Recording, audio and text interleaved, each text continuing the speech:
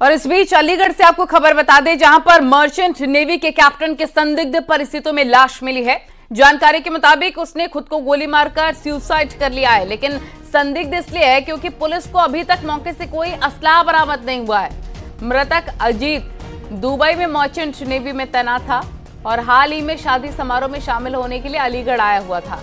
फिलहाल पुलिस ने शव को कब्जे में लेकर पोस्टमार्टम के लिए भिजवा दिया है। घटना टप्पल थाना इलाके के गांव बैना की है।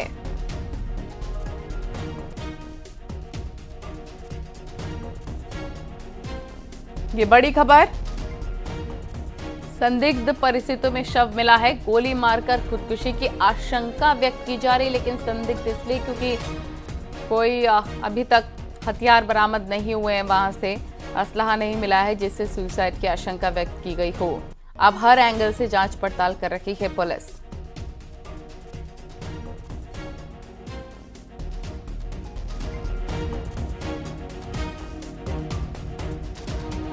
तो जेवर स्थित एक हॉस्पिटल से थाना टप्पल को सूचना प्राप्त हुई कि एक व्यक्ति की मृत्यु हो गई है। इस सूचना पर तत्काल पंचायतनामा अन्य कार्रवाई हेतु फोर्स को रवाना किया गया तथा पंचायतनामा के बाद शव को पोस्टमार्टम के लिए भेजा गया।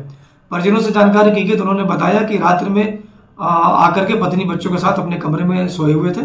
अचानक धमाके की आवाज सुनकर सभी लोग जगे तो देखा कि वो लहूलुहान अवस्था में व्यक्ति पड़े हुए थे। उनको तत्काल हॉस्पिटल लाया गया जहां उनकी मृत्यु हो गई। इस संबंध में अन्य किसी आपराधिक कृत्य या अन्य संदिग्ध घटना से परिजनों द्वारा इनकार किया गया। मौके पर पूर्णतः शांति व्यवस्था कायम है तथा इस घटना के संबंध में अन्य जानकारी प्राप्त की जा रही है। रंजीत हमारे सहयोगी तमाम जानकारी के साथ फोन लाइन पर जुड़ गया। रंजीत, ये पूरा मामला क्या है और अब तक पुलिस किस नतीजे पर पहुंची है? जांच पड़ताल कहां तक पहुंची?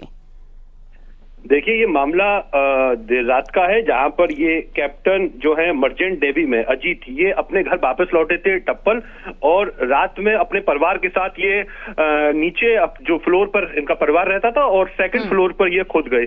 थोड़ी देर बाद लगभग 12 बजे के करीब गोली चलने की आवाज आई, जिसमें परिवार जब ऊपर पहुंचा तो ये लहूलुहान स्थिति में पड़े थे।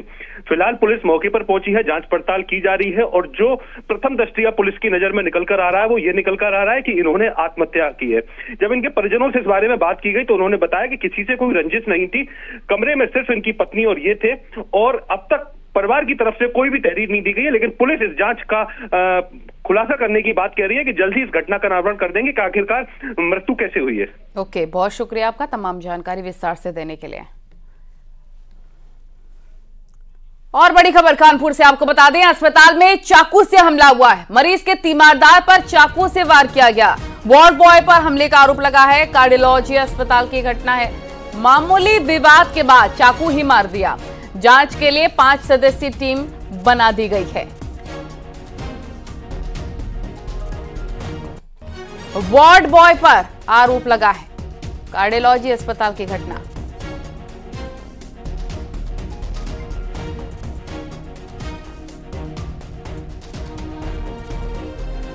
ये बड़ी खबर कानपुर से, अस्पताल में चाकू से हमला हुआ है और मरीज के तीमारदार, मरीज के जो परिजन थे उन पर हमला।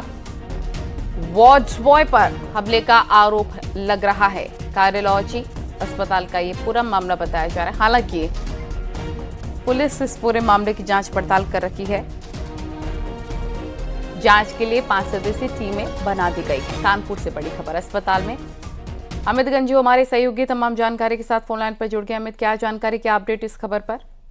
देखिए, मैं आपको बताना चाहूंगा, ये सारा मामला कानपुर के हृदय रोग संस्थान का है, जहां तीमारदार से मरीज से मिलने 3 तीमारदार हॉस्पिटल के एसडीयू में प्रवेश करने लगे, जिस पर यह अंकुश लगाया गया कि 2 व्यक्तियों से ज्यादा वहां प्रवेश नहीं कर सकते हैं। प्राइवेट सिक्योरिटीज वालों से उनकी कहा सुनी इतनी बढ़ गई कि हाथापाई और वहां तक लोहे की रॉड निकालकर उसने हमला किया, जैसा कि जिस व्यक्ति के चोट लगी उसने यह आरोप लगाया कि उस पर लोहे की रॉड से वार किया गया। इसके बाद से वहां हड़कंप मचा। जैसे ही इसकी सूचना प्राचार्य और अन्य डॉक्टर्स को लगी तो किसी तरह बीच बचाव किया गया। इन सबके बीच प्राइवेट कंपनीज के जो सिक्योरिटी है, प्राइवेट कंपनीज को जो वहां काम करते हैं, उनके खिलाफ जांच के निर्देश दिए। 4 को निलंबित कर दिया गया और वहां प्रिंसिपल ने एचओडी को ये निर्देश दिए कि 72 घंटे में इसकी रिपोर्ट दे, ताकि भविष्य में इन तरह की घटनाओं की पुनरावृत्ति न हो सके। ठीक है, बहुत शुक्रिया आपका तमाम जानकारी के लिए।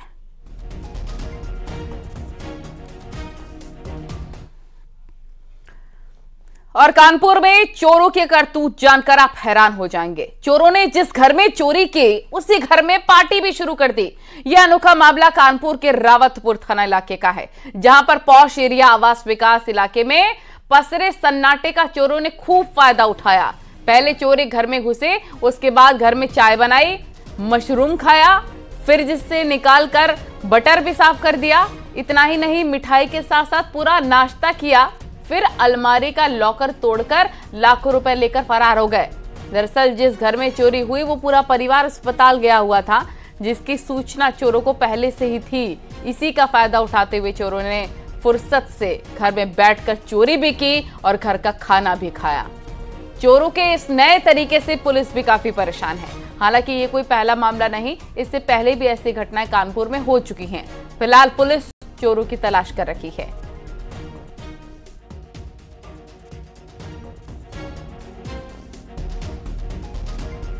घर के परिजन थे, वो अस्पताल में थे किसी एक अन्य व्यक्ति के इलाज को लेकर के।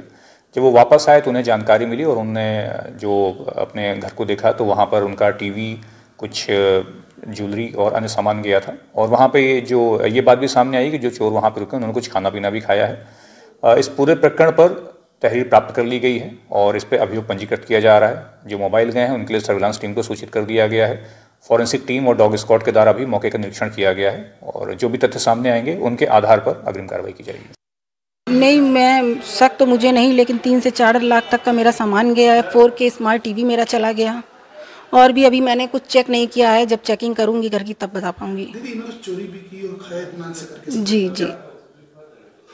जी, नाश्ता रखा हुआ था वो सब किया और किचन में भी जाके खूब फैलाया। मैंने अभी देखा भी नहीं है कि क्या क्या और किया। और चोरी खाना दोनों करके गए जी। क्या दीदी लगता है किस चोर कैसे